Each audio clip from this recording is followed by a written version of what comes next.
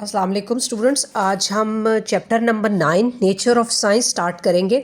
मैंने आपको बताया था कि न्यूमेरिकल्स के ख़त्म होने के बाद हम नेक्स्ट वो चैप्टर शुरू करेंगे which is easy to understand and in your online class. तो I will start with the first topic. So nature of science समझने के लिए सबसे पहले हमें यह समझना होता है कि साइंस क्या है। तो साइंस की डेफिनेशन हमें फ़िज़िक्स ये बताती है या कोई भी साइंसेस ये बताती है कि science is a collective knowledge about the natural phenomena, processes and events occurring around us. हमारे आसपास वो चीज़ें जो हो रही हैं, जो हमें नज़र आ रही हैं, और जो कई चीज़ें हमें नज़र नहीं आ रही हैं, वो सारे जो नेचुरल फिनोमेनाज हैं वो किस तरह से कर रहे हैं, क्या कैसे उनका मैकेनिज़्म है, उस चीज़ की नॉलेज को, अंडरस्टैंडिंग को हम साइंस कहते हैं। अब अगर आप अपने इर्द गिर्द देखें तो बहुत सारे ऐसे एक्सपेरिमेंट्स हो रहे हैं, ऑब्जर्वेशंस कर सकते हैं आप कलेक्टिवली, आपको अपनी सराउंडिंग्स में बहुत सारी चीज़ें नज़र आती हैं। तो बेसिकली ये जो साइंस है ये आगे आपको बताता है कि नेचुरल फ़िलासफ़ी भी कहलाती है। नेचुरल फ़िलासफ़ी क्या है? Such study of nature gave birth to a single discipline, यानी कि साइंस की स्टडी आपको एक जो मुख्तलिफ़ चीज़ों को जानने की कोशिश की जो स्टडी है वो आपको एक चीज़ पे लेके आती है, जिसे नेचुरल फ़िलासफ़ी भी कहते हैं या साइंस भी कहते हैं। आगे से साइंस की दो टाइप्स हैं, एक बायोलॉजिकल साइंसेस और एक फिजिकल साइंसेस। बायोलॉजिकल साइंसेस क्या है? The study of life is referred as the biological sciences. इसमें बॉटनी आती है, जोलॉजी आती है, जेनेटिक्स, मेडिसिन, ये सारी जो फील्ड्स हैं ये बायोलॉजिकल साइंसेस हैं। लेकिन अगर हम फिजिकल साइंसेस की तरफ आएँ तो ये वो साइंसेस है which is about the study of non living objects, जो कि फ़िज़िकल साइंसेस में कवर होते हैं। उनमें सबसे पहले फ़िज़िक्स, केमिस्ट्री, जियोलॉजी, जियोग्राफी, ये सारा कुछ है जो कि फ़िज़िकल साइंसेस के अंदर आता है। तो आपको मेनली साइंस की definition, natural philosophy, biological sciences और फ़िज़िकल साइंसेस का पता होना चाहिए कि इनके बीच में डिफरेंस क्या है। So the first paragraph is mainly the introductory paragraph, और आपको ब्रीफ हिस्ट्री ऑफ साइंस बताया गया है और साइंस की कौन सी दो ब्रांचेज हैं मेनली उनको डिस्कस किया गया। अब हमारे पास आता है scope of physics. Actually question इसका इस तरह से आता है कि define physics, describe the scope of physics in our daily life. ये बहुत इंपॉर्टेंट है जानना कि आप फिज़िक्स पढ़ क्यों रहे हैं और हमारी डेली लाइफ में इसकी क्या इंपॉर्टेंस है कि हम फिज़िक्स को इतना कीनली पढ़ रहे हैं। तो सबसे पहले तो आपको फ़िज़िक्स की डेफिनेशन ये पता होनी चाहिए। फ़िज़िक्स की डेफिनेशन आपने पीछे भी पढ़ी हुई है, लेकिन इसमें ये बताता है कि physics is the fundamental science that deals with the constituents of the universe, that is matter, energy, space, time and there mutual relationships and interactions.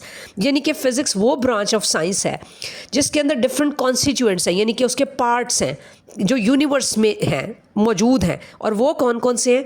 Matter, energy, space, time, और इनका जो आपस का रिलेशनशिप है कि इनकी एक दूसरे पर डिपेंडेंस किस तरह से है, और इनका इंटरैक्शन कि ये एक दूसरे से इंटरैक्ट कैसे करते हैं। तो ये है आपकी फ़िज़िक्स की डेफिनेशन। अब इसका स्कोप क्या है? वो ये कहता है कि अगर आप छोटे से छोटा लेवल, यानी कि एट सब atomic level, atom was the smallest particle, लेकिन बाद में ये पता लगा कि एटम के अंदर सब एटॉमिक पार्टिकल्स भी होते हैं। तो अगर आप ये देखें तो एटम के अंदर सब एटॉमिक पार्टिकल से लेकर जितनी बड़े बड़े स्टार्स हैं, गैलेक्सीज़ हैं, वहाँ तक की रेंज में अगर आपने फिनोमेनास को अंडरस्टैंड करना है तो आपको फ़िज़िक्स ही से वो आपको कॉन्स्टिट्यूएंट्स उठाने पड़ेंगे, जिसमें मैटर आ जाता है, स्पेस आ जाता है, टाइम आ जाता है। तो ये सारी, अब इसकी डिस्कशन मेनली आप आगे एफएससी और हायर क्लासेस में पढ़ेंगे। हम यहाँ पे सिर्फ इनके मेन आइडियाज़ को टच करेंगे। अच्छा, अब जैसे मिसाल के तौर पे हम कहते हैं, बार बार मैं ये स्पेस का लफ्ज़ इस्तेमाल कर रही हूँ। स्पेस क्या है? स्पेस एक 3 डायमेंशनल एग्जिस्टेंस, एक चीज़ है, एक ऑब्जेक्ट जैसे होता है उस तरह आप ये समझ लें कि कोई चीज़ अकर हो रही है कहीं पर भी, तो 3 dimensional extent in which all the objects and events occur, उस 3 डायमेंशनल एरिया, या आप उसको समझ लें कि 3 डायमेंशनल हिस्से को आप स्पेस कहते हैं। It provides actually the framework to define position and motions of various objects under some force. हम कहते हैं हमने एक बॉल को फेंका, वो आगे तक गया, दीवार से टकराया, तो ये किसी स्पेस, किसी प्लेस, किसी पोजीशन में सब कुछ हो रहा है। तो उसको अगर आप 3 डायमेंशंस में डिस्कस कर रहे हैं तो वो हमारी 3rd डायमेंशन स्पेस है, 3 डायमेंशनल स्पेस है, सॉरी। फिर है, हमें फिज़िक्स ने ये बताया कि सिर्फ ये 3 डायमेंशंस नहीं होती, एक 4th डायमेंशन भी है। और टाइम जो है, टाइम एक 4th डायमेंशन के तौर पर इस्तेमाल होने वाली चीज़ है। Time measures the sequence and duration of events. It is considered as a 4th dimension. Actually इसको 4th कहा नहीं जाता, लेकिन it is as important as 3 dimension X, Y and Z are. अच्छा, अब मिसाल के तौर पे जो पेंडुलम होता है, जैसे आपने क्लॉक्स में देखा है, क्लॉक के नीचे एक पेंडुलम लटक रहा होता है और वो मुसलसल ऑसिलेट कर रहा होता है। तो अगर इस तरह का उन्होंने कहा है, पेंडुलम की मोशन को ऑसिलेटरी मोशन कहते हैं। तो इस तरह की अगर जो मोशन है, उसमें जो टाइम इंटरवल है वो पेंडुलम का बड़ा इंपॉर्टेंट होता है। ये एक वो फ्रीक्वेंसी ऑफ ऑसिलेशंस के साथ उसकी एक डिपेंडेंस होती है। सो आप टाइम को आम डायमेंशन नहीं समझ सकते। टाइम एक ऐसी मेजरमेंट है जो आपको इवेंट के अकर होने का बताती है, उसका ड्यूरेशन बताती है। अब इसकी मज़ीद एक्सप्लेनेशन कैसे हुई थी, ये कैसे पता लगा था कि ये 4th डायमेंशन है, ये आइंस्टाइन की जो स्पेशल थ्योरी ऑफ रिलेटिविटी थी, उसमें उसने काफ़ी बहुत बड़ी बड़ी इक्वेशंस डिराइव की, जिनसे ये पता लगा कि किस तरह time and space are also a very important constituents. अच्छा जी, इसकी ये है एक टाइम डायलेशन का फिनोमेना। टाइम डायलेशन का मतलब ये है कि टाइम का डायलेट कर जाना, कम हो जाना। It's a phenomena discussed by special theory of relativity where time passes slowly for an observer moving at high ultra speed compared to the one relatively at rest। मिसाल के तौर पे एक बंदा चलता चला जा रहा है और टाइम भी चल रहा है, और दूसरा बंदा है जो रेस्ट पर है, जो आराम से बैठा हुआ है और वो टाइम को देखता है। तो फिज़िक्स ये कहती है कि इन दोनों के टाइम इंटरवल की जो आप मेजरमेंट करेंगे ना, तो दोनों की एक फ्रेम डिफरेंट होगा। टाइम चलते रहने वाली चीज़ है, वो बंदा जो चल रहा है वो भी चल रहा है। सो ये एग्जांपल जस्ट आपको जनरल कॉन्सेप्ट समझाने के लिए थी, लेकिन एक्चुअल में ये होता है कि अगर चीज़ों की स्पीड बहुत ज़्यादा हो तब आप कह सकते हैं कि ये टाइम के साथ चल रही है। फॉर एग्ज़ाम्पल, अगर कोई इंसान स्पीड ऑफ लाइट के साथ जा रहा है तो फिर टाइम भी जो है वो चल रहा है, और स्पीड ऑफ लाइट के साथ जो उसकी स्पीड है विच इज़ वेरी हाई, तो फिर हम उसको कह सकते हैं कि इसका फ्रेम ऑफ रेफरेंस सेम है। इन जनरल अगर आप इसको देखें तो फिज़िक्स जो ये थ्योरी ऑफ रिलेटिविटी है, जो कि एक्चुअली आपको यहाँ पे पढ़नी नहीं है, या आप आगे एफएससी में डिटेल में पढ़ेंगे, इसमें ना इन सारे कॉन्सेप्ट्स को बताया हुआ है कि ये सब इंटरकनेक्टेड है। जो थ्योरी ऑफ रिलेटिविटी है वो हमें ये बताती है कि कैसे टाइम और जो स्पेस है ये एब्सोल्यूट क्वांटिटीज़ नहीं है, यानी कि आप एग्जैक्ट चीज़ को स्पेस नहीं कह सकते, इस चीज़ को ये नहीं कह सकते कि बस जैसे स्पीड ऑफ लाइट आपको पता है 3 × 10⁸ मीटर पर सेकेंड है, इसका मतलब ये नहीं कि टाइम और जो स्पेस है ये वेरी नहीं करते, ये वेरी करते हैं। हमें थ्योरी ऑफ रिलेटिविटी ये बताती है कि टाइम कम भी हो सकता है, टाइम ज़्यादा भी हो सकता है।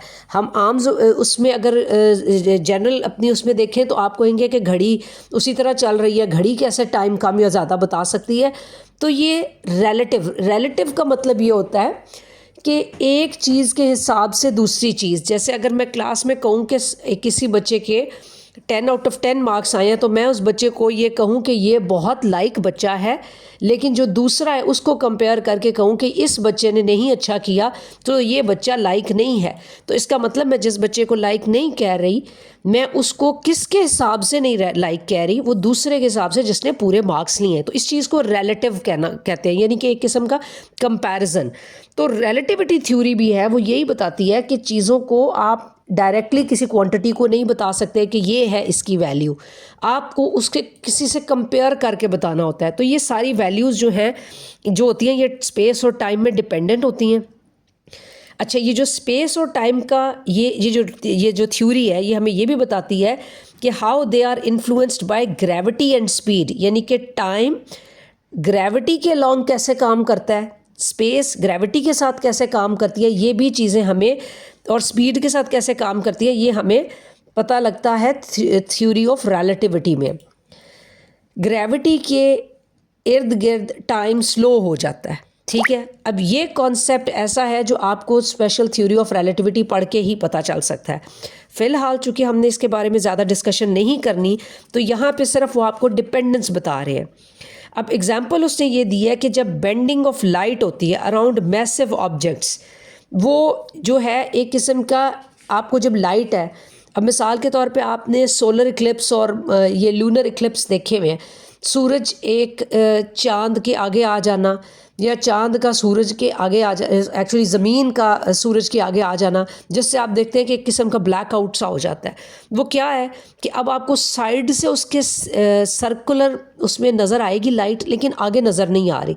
तो इसी तरह स्टार्स के अराउंड जो लाइट है वो बेंड हो जाती है। तो इस तरह कितनी हैवी मैसेज के अराउंड बेंड होती है, कितनी नहीं होती, ये सब हमें थ्योरी ऑफ रिलेटिविटी में जो इक्वेशंस हमने डराइव की हुई हैं आइंस्टाइन ने, उनके ज़रिए हमें ये सब कुछ पता लगता है।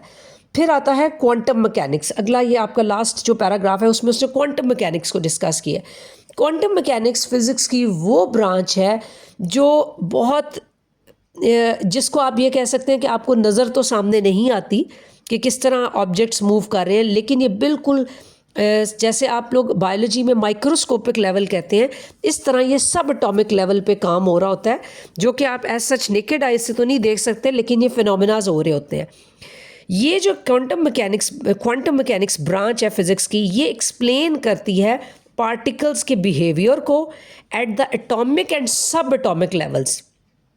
इसमें it is how the physics has applied its principles to wide variety of phenomena from everyday occurrence such as related to the motion and heat to the extreme conditions found in the universe। यानी कि आप atomic सब atomic level पे भी बात कर रहे हैं, और आप यूनिवर्स में मैटर कहाँ कहाँ है, इवन ब्लैक होल्स, गैलेक्सीज, वहाँ पर तक जितने फिनोमेनाज काम कर रहे हैं या जितने फिनोमेनाज हो रहे हैं, उन सब की जो डिस्कशन है या उसका नॉलेज आपको फ़िज़िक्स के थ्रू ही आ सकता है। वहीं से आपको समझ आ सकता है कि ये सारे कुछ जो है किस तरह मैथमेटिकली इक्वेशंस ये बताती हैं कि जो कुछ आप डिराइव कर रहे हैं या जो आप कॉन्सेप्ट मेक कर रहे हैं वो किस तरह वैलिड है। सो बेसिकली ये है हमारा स्कोप ऑफ फिज़िक्स। इसके मैं आपको सेंड कर दूंगी कि किस तरह से इसका लॉन्ग क्वेश्चन होता है, तो फिर आप इसको उसी तरह से तैयार करें। Thank you so much.